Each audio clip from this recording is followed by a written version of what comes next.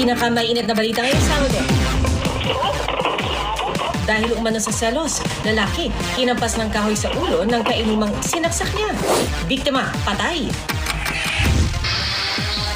Exclusive. Tendero ng isda itinumba ng umano'y kasintahan ng kanyang misis. Big time rollback sa susunod na linggo. Diesel hanggang 11 piso ang bawas presyo. Exclusive. Meat processing plant sinalakay. Milyong-milyong pisong halaga ng mga imported na karne. Nadiskubring nangangamoy na.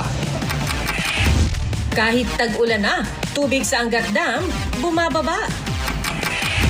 Pinoy Olympics champ Carlos Yulo umiskor ng ginto sa artistic gymnastics floor exercise sa China. Kapatid na si Carl Eldrew nasungkit ang bronze.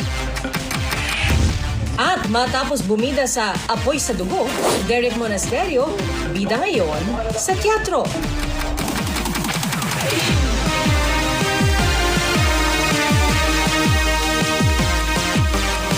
Nakatuto kami 24 oras. Magandang hapon po. Nauwi sa saksakan at paluan ng kahoy ang inuman ng 3 lalaki at isang babae sa Antipolo. Patay ang isa sa kanila matapos paluin sa ulo ng sinaksak niyang kainuman. Ang umano'y ugat ng gulo. Selos. Nakatutok si Bea Pinlac.